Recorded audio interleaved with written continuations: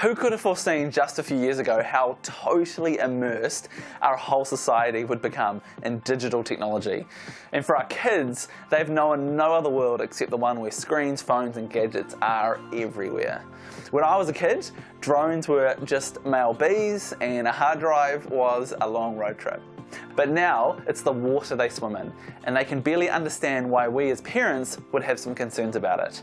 Here's something that's obvious but really helpful to think about. Technology and video games make our kids feel good. And because they make them feel so good, our kids can feel really low when they're disconnected. And you're a parent, you know this better than anybody. It's a bit like, imagine one day you wake up, you go to your favorite cafe, you get yourself a flat white, you're sitting there enjoying your coffee, absorbed in the moment, when suddenly... Sorry, but you've had enough of that now.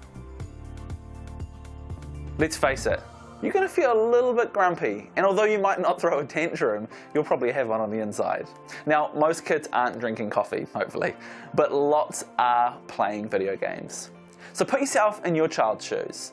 You're immersed in your favourite video game, you're feeling good, you're conquering new lands, smashing the bad guys, and getting ever closer to the next level. And then, on the edge of your consciousness, you become aware of a voice. Dinner will be ready in 15 minutes. And then, in a few minutes later, you dimly hear the same voice. Turn it off now and come to the table. But you can't just pause the game. You're only 100 points away from defeating Zangor the Great and completing the level. You barely have time to register what you've just heard. Then, all of a sudden...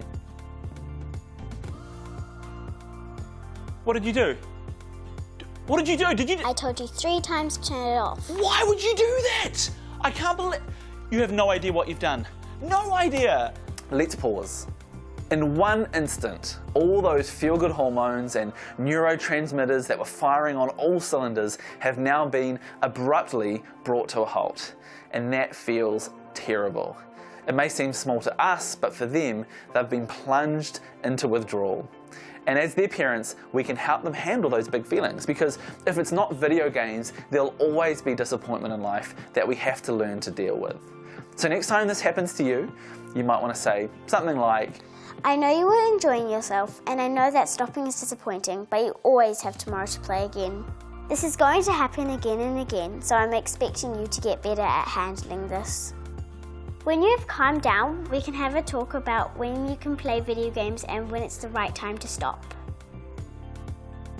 This may feel like a fight, and at times a fight you might be losing, but hang in there. Helping them learn to handle their big emotions around technology will also help them manage disappointment in all aspects of life, and it will give them the emotional skills they need to navigate their digital lives. Now, go and enjoy that coffee.